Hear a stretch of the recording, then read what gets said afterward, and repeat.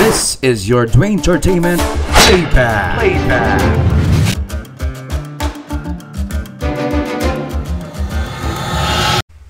Now entering the final 500 meters of the race route, ito pong 154.5 kilometer stage 2 ng Litour de Langkawi mga kaibigan, trooping to the finish mga kaibigan. About a throng of riders mga kaibigan, hindi po natin mabilang to dahil pulutong po, isang malaking pulutong ang papalapit na finish line, comprised of the different teams, world teams, national teams, pro-continental teams, and other continental riders. At may humambalo sa mga kaibigan sa may bandang kanan po, itong A-board at at nagagulo na po, mga nahati na po mga kaibigan ang mga riders approaching the finish line at nagkahati-hati at yung iba nag-hesitate para makapasok dito sa finish line. Pero yung iba po talagang pumasok pa rin para representahan ang kanilang team at for their individual honors at nagkahinto. Nahati na pa mga kaibigan at medyo nagkaroon ng restriction hindi makapasok at yung iba talagang nagmamasid at nag-uusisa kung ano po ang nangyari dito at marahil ay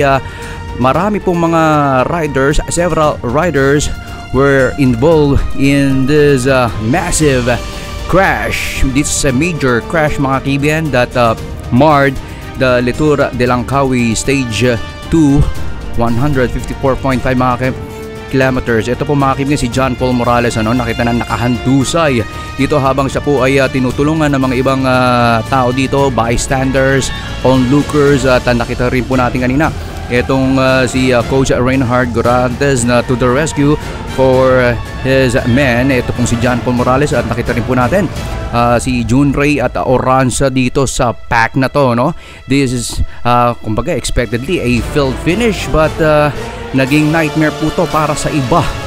This is the 28th edition of your Litour de Langkawi 2024 at ito po yata ay nagsimula most probably nagsimula sa isang Malaysian rider na siguro nagkaroon ng miscalculation at medyo naipit sa bandang kaliwa niya at humambalos nga ito, nagkaroon po ng domino effect as they approach the final 500 meters dito sa stage 2.